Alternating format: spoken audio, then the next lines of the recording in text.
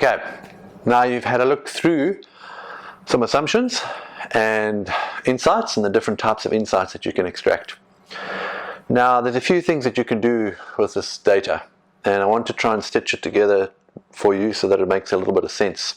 Let's call it a sense-making module.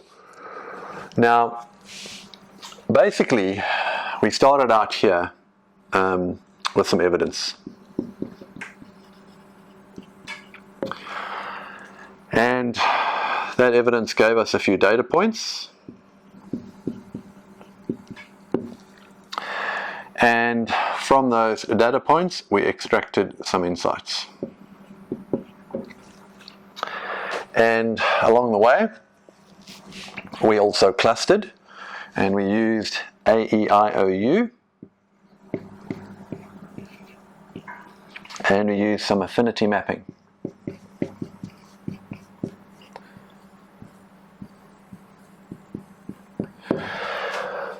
What we also did was we used an empathy map, which basically took the diary study, identified pains and gains, but also things that you see here, smell, taste, touch, all those types of behavioral attributes. So we've got all these tools. What's the next step here?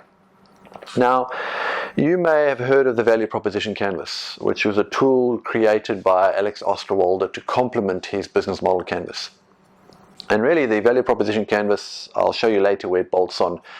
It's got two sections. It's got a value map, and it's got a customer profile section. Now, the customer profile piece actually occurs here, and it is used as an input into your personas, which we'll carry forward.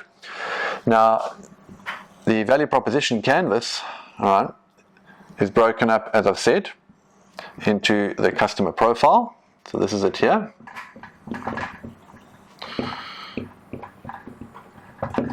And separately the value map, which we'll deal with in the next stage. Now in here, it talks about things like the jobs to be done, and it talks about gains, and it talks about pains. And what you're trying to do is you're trying to understand more about your customer based upon behavioral attributes. Well, where am I going to get these things from? Well, remember my empathy map. I've identified pains and gains in my empathy map. All right, so that's already giving me an idea of the customer that I'm speaking to, as well as the pains and gains that that customer or user is having as they're trying to achieve something. And that's where the categorization of AEIOU actually works quite well, because really what you've got here is you've got a list of activities, you've got the environment, you've got interactions, you've got objects, and you've got users.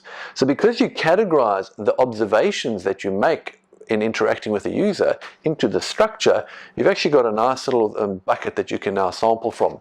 So remember what I said is every time you interact with a user, there should be anything from 50 to 80 post-it notes. All right, these are our observations. All right, and remember we said we can use those observations down here in the affinity mapping, or we can categorize them according to AEIOU. Then we took those observations and we built out an empathy map, one of the tools which allowed us just to look at the life through their lenses. But now we've got a combination of all of this. We've got a user, so we understand the user. We've got a series of activities, right? And we've possibly got a series of interactions that we can work with. Well, these activities are the piece that we can actually slot in here. In other words, when this user was trying to or performing this activity here, what were the pains and gains that they were having? And you can see, since they're coming from the same set of observations, we had an empathy map driving out there, looking at the pains and gains, and we've got activities driving this out here. Obviously, it's in combination of the user. Remember, this occurs, all right, they all relate to each other. They're not random. So if I have one row that sits underneath my AEIOU, I'm getting all of the context required for that particular user in that particular environment, performing those activities with interacting with those people and those objects. So that's the line of thinking that we need to facilitate as we do an AEIOU study. Same principle down here, but I will then use different categories that I apply here. So now you can see I've got jobs to be done. And I'll elaborate a little further on that around the different types of jobs to be done, as well as the jobs to be done canvas. You know, sometimes we use it, sometimes we don't. But now what you've got is you've got what's referred to as a customer profile. Pains and gains are normally that you have while you're trying to complete this job to be done. Now what we often extract from this, and you may have heard me talk about this, is the difference between value and valuable. Okay, so here is where valuable actually begins to emerge. So yes, I could have a job to be done, and that could be I'm trying to buy a ticket for a train.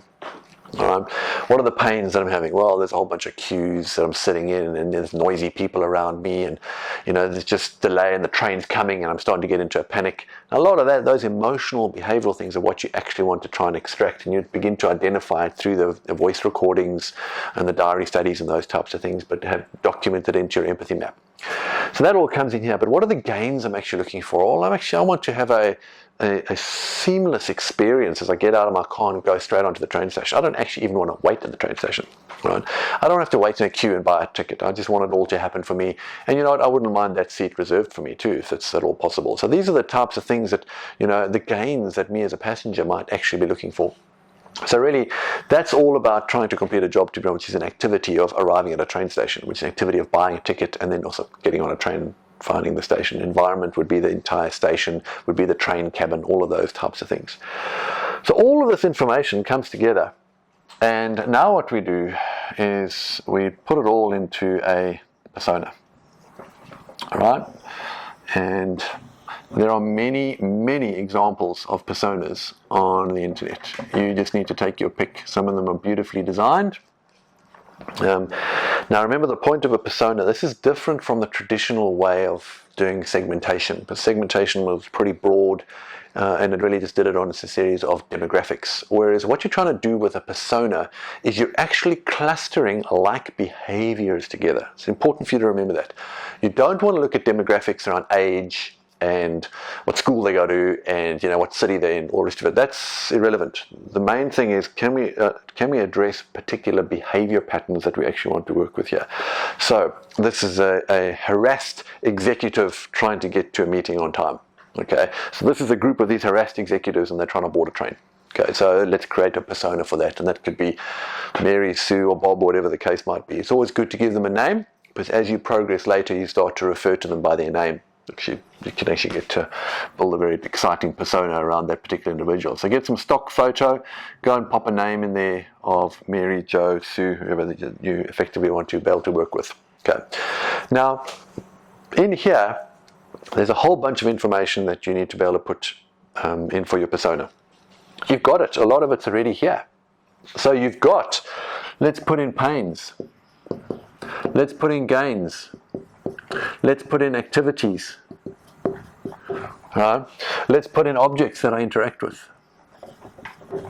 Oh, we've got some valuable over here. Let's understand what is valuable. Safety, security, comfort, ease of use, all of that type of stuff. And that language begins to pop into your persona. Once again, this is purely up to you around what you actually want to do when you define what your customer, user, employee actually looks like. So now that you've got this persona, you also want to specifically focus on certain behavioral attributes, right? So I like to use little spectrum lines for that. So you can kind of choose a series of spectrum lines, and you can put certain behavioral attributes. Let's say this is low, that's high, low, high, low, high. Okay, and you can position this particular user based upon the information that you've got around what you consider to be behavior. So this could be, prefers online shopping. Let's change the dimension here. So this is maybe more online, and this is maybe more bricks and mortar type of activities that individual produces. What other sort of behavioral attributes might we actually come with? We might come with I don't know, let's put something like impatient versus easygoing. Okay, because ultimately, since it is behavioral related, and you're trying to address somebody who's a successful business person trying to get to work, whatever the case might be, you actually want to understand that, well, generally these people tend to be pretty impatient with services that they work with. So you can use a series of spectrum lines of that to work with. Okay, and remember, those are all the things that you've extracted from all of your evidence and your insights and those things that fit into this space. So insights yeah, the insights are giving me an idea, all right, based upon, oh, I'm actually noticing something here, that these people arrive just in time to catch the train. So certain types of people arrive literally as the train arrives on the platform, streamlined, get on board. Well, that's an interesting behavior. I wonder how they do that. Is it planned that way? Is it not planned that way? This is the behavior pieces that you actually want to look for. So, you can arrive on a platform of a train and you can observe the high level stuff, but all of that tends to be all the surface stuff. Remember the tanker we spoke about below the waterline? It's almost the tacit knowledge and tacit type of behaviors, or implicit versus explicit behaviors. Lots of different words to describe the same thing, but basically there's behaviors that are hidden in the nature of these people, and that's what you want to extract. That's the point of design. That's the point of ethnographic studies. So you can see I've got a lot of information I can work with now, and what I'm beginning to do now is I'm beginning to sort of move towards a point where I can begin to define a few personas. Now in the next module, we're actually going to have a look at things like this one here. All right, we're going to look at environment. All right, we're going to look at interaction and objects. All right, and we're going to actually combine that with the user and the activities. And from this, we're going to produce what we refer to as a journey map. So now you can also get an understanding of the journey map that this customer takes. All right, and you can do it, based upon emotion. All right, they were happy and they were sad. Well, where am I going to get this information from? Empathy map. And get it from here. All right, because you've categorized this, you've got insights, you've already extracted. I can now go and plot, for example, what this particular user might do. Well, where is it? Where are his pains and gains? Well, have a look over here. I've got pains. So here is a pain point. Where did I get the pain point from? I got it from up here, which I've also bolted on here, which I've now also included in here. All right, what about the gains? Oh, well, there's certain things that made them happy over here, which probably related to their gains. All right, what might those be, and can I document them? So you can see, and we'll deal more with the journey map and the specifics of it. These are the types of things that emerge off the back of the define phase as we start to bring all of this information and kind of bolt it together. Now the reason I've put this in here is because I'm going to bolt it to the value map and I'm going to bolt it to the business model canvas later. Okay, so there's your sort of end-to-end view. All right, and now you can see how a persona is used. I'm going to throw in a few examples into just the back of the video so you can have a look at what different personas might look like and how you can use them, especially sort of the behavioral levers. And now what you really need to do is go, once you've processed your evidence, you've extracted a whole bunch of insights, it's on this beautiful multicolored, very, very busy wall that you've got. Get those out and now begin to see if you can extract behavioral focused personas, not necessarily just general demographic focused personas. Catch you next time.